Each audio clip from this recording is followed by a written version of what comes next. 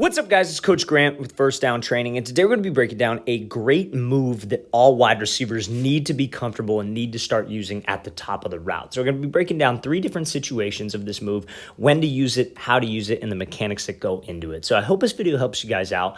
But also, fellas, if you're a wide receiver, we have one more quarterback and wide receiver training camp we are offering this offseason. We are coming out to Los Angeles, California on July 30th and 31st for a 2-day QB wide receiver training camp, like we said. So again, fellas, it is a 4-hour-long training camp each day, Saturday, Sunday. We go over position-specific drills, individual training, and we add one-on-ones to last day of each camp for this one because we will have DBs out there both days. So if you guys want some more information on that, check out that very first link in the description below. Let's get started with this video. So this move that we are going to be talking about today is called a throw-by move. Some people call it a swipe-by, some people call it a swipe-under, a throw-under. We're going to talk about the routes to use it on and how to use it. So when you guys want to use this throw by, it is when you have a route that is away from the or you have a route that I guess you take a release that is away from the DB's leverage. So this DB's lined up where? What leverage does he have? He's lined up inside leverage. So if I have to run an inside breaking route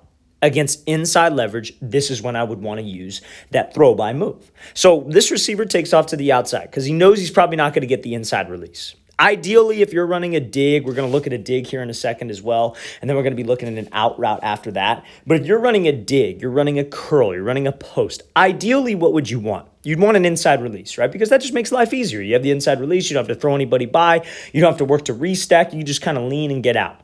But sometimes that DB is going to take it away. Your separation comes from what you can do at the top of the route, not necessarily what you do off the line of scrimmage to break a DB. So when it comes to stuff off the line, you got to take what the DB gives you.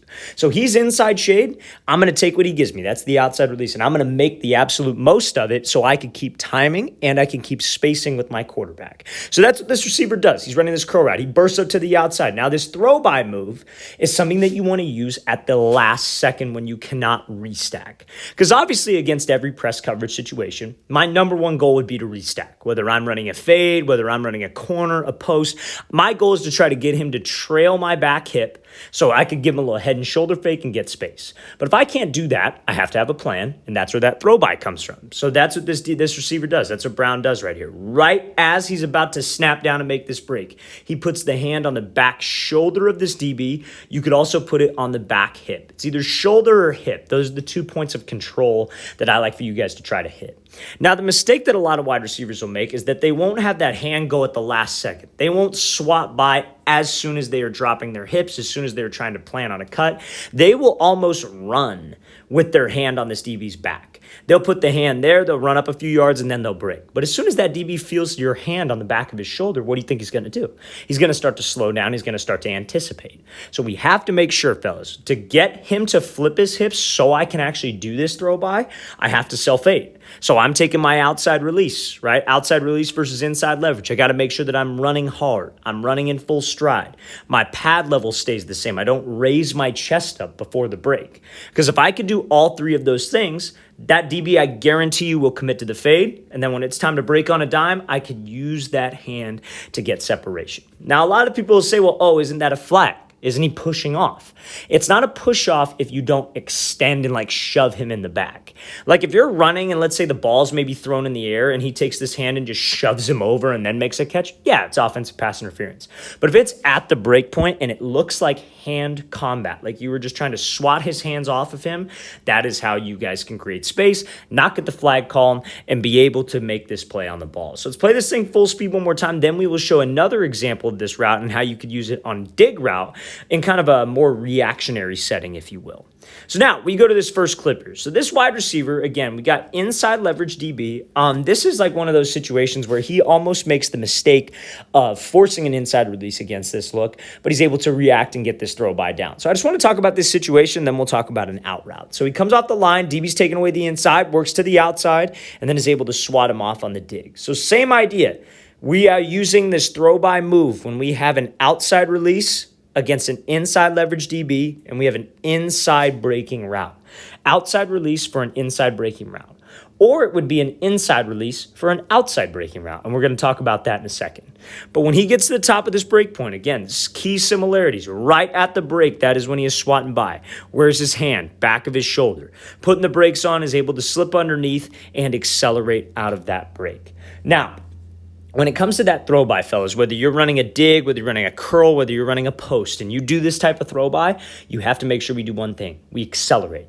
Because when we swat this DB by, he knows he got beat, right? But chances are he's not going to try to open back up with his hips. He's going to do something called a speed turn, where he turns his body out of it, snaps the head back around, and he's driving his arms, driving his legs as hard as he can. He knows he got beat, so he's doing whatever possible to try to recover and make a play on that ball. So as a receiver, as soon as I make that throw by, it is a mindset. I got to make sure that I drive my arms, I drive my legs. Because, fellas, you got to understand, if we can self-fade, that will get us some separation from the DB. If I can eliminate time at the break point, that will get me more separation from the DB. But I lose all separation if I jog out of the break and I cruise out of the break. If we can have all three facets of the route down, selling fade, getting in and out of the break quickly, and accelerating to the ball before the DB can get there, that's easy money, fellas. We should win every single route, but that is the mindset that we need to have. It is a race to the ball. Let's go win the race, and let's make this play downfield. So, fellas, again, key similarities of the throw by there from the first example, but also showcasing how you guys want to accelerate out of the break to make sure that that DB doesn't recover on his speed turn. Okay, so now last clip here. Again, we have outside leverage, and this receiver is going to be running an out route, like a 10 to 12, maybe 15-yard out. So when you guys have this type of play against off-man coverage, this is where a lot of people struggle to use the throw by because they don't trust themselves at the top of the break. So we have outside leverage right here. So a lot of guys will think that, oh, anytime he's an off-man or zone, you want to attack his leverage, attack his blind spot maybe if it's zone. So guys will angle their stem at the DB, try to throw a move in front of him, and then break to the out. But when this DB's outside leverage, why is he outside leverage? His sole purpose is to protect the outside. Doesn't want to let you run outside. He wants to force everything to the inside because he probably has safety help there. So when you're running your route, you have to make sure that we understand that. So I'm going to play this full speed, and then we'll break it down. So he does a great job of attacking inside shoulder, using that slip under, that throw by to win on that out route. So let's talk about this. So why would you attack his leverage if that's where he's trying to take away? Because then he's just going to keep the leverage, and you can't change the route mid-play. So if you attacked his leverage and tried to run the out, you'd be going right into him. Now, if you were running a post route, that'd be a different story. You'd attack his leverage, you'd get him to widen, and then we could break.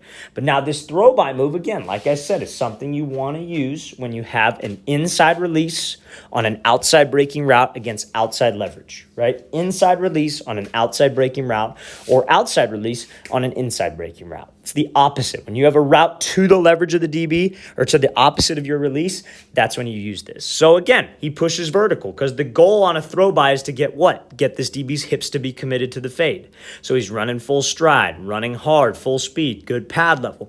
Then at the last second, he slips under, and you see how his hand, back of the hip, uses that momentum that he created from selling fade to slip back underneath. And again, it is a race to the ball, fellas. That DB is going to speed turn when we do this, so we have to make sure that I accelerate and go win the race to that ball. Let's play this thing again, full speed one more time. Great example of this slip under technique, if you will, this throw by technique, whatever you guys call it, but know when to use it, fellas, and we got to know how to use it. All right, fellas, I really want to thank you for watching. I really appreciate it. If you guys have any questions at all, don't hesitate to leave those in the comment section below. Always appreciate the feedback. Always great to hear from you guys as usual. And again, fellas, if you guys would like to come out to our last training camp of the year in Los Angeles, California, it's a 2-day long training camp. Check out that very first link in the description below. We'd love to have you out there. I'll see you guys next time.